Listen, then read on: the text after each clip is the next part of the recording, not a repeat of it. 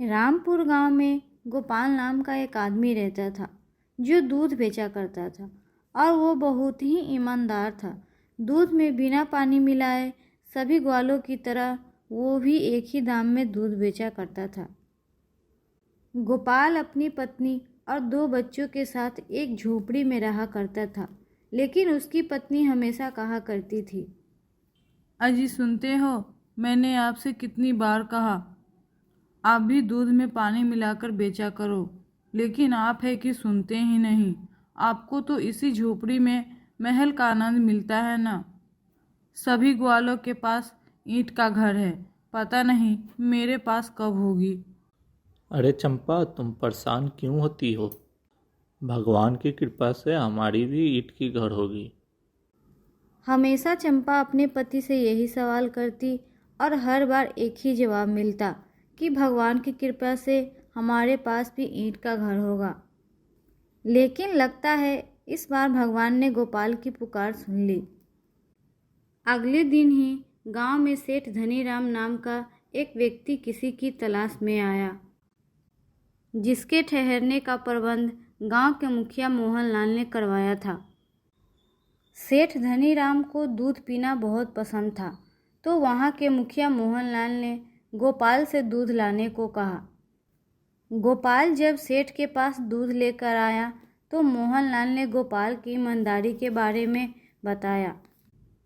सेठ जी, गोपाल अपने दूध में एक बूंद भी पानी नहीं मिलाता है और पैसे भी ज़्यादा नहीं लेता। मोहनलाल की बातें सुनकर सेठ धनीराम गोपाल से कहा, ईमानदार हो ये तो बहुत अच्छी बात है, लेकिन मैं जब तक इस गांव में हूँ तुम्हें दूध देना पड़ेगा। जरूर सेठ जी। पूरी रात सेठ धनीराम गोपाल के बारे में ही सोचता रहा। लगता है मुझे जिसकी तलाश थी वो मुझे मिल गया।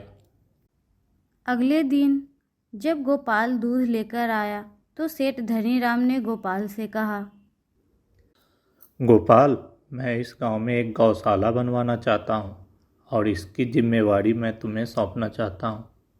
क्या तुम कर पाओगे? सेठ जी, इससे अच्छी बात मेरे लिए और क्या हो सकती है। मैं तैयार हूँ। शुभ काम में देरी क्यों, मैं कल से ही तैयारियों में लग जाता हूँ।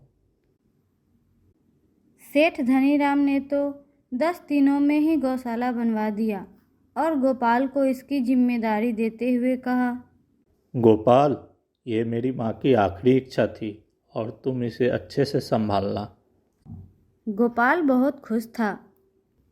सेठ जी, आप बेफिक्र होकर जाइए, मैं शिकायत का मौका नहीं दूंगा।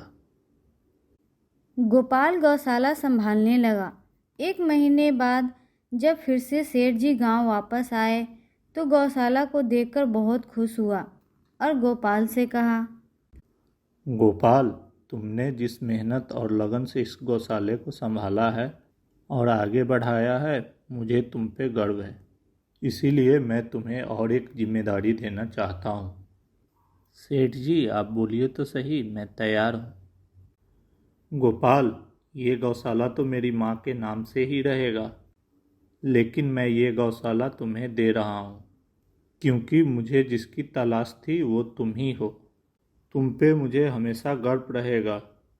तुमने मेरी माँ की सपना पूरा किया है और इससे जो कमाई होगी अपने बच्चों की पढ़ाई और गरीबों की मदद करना।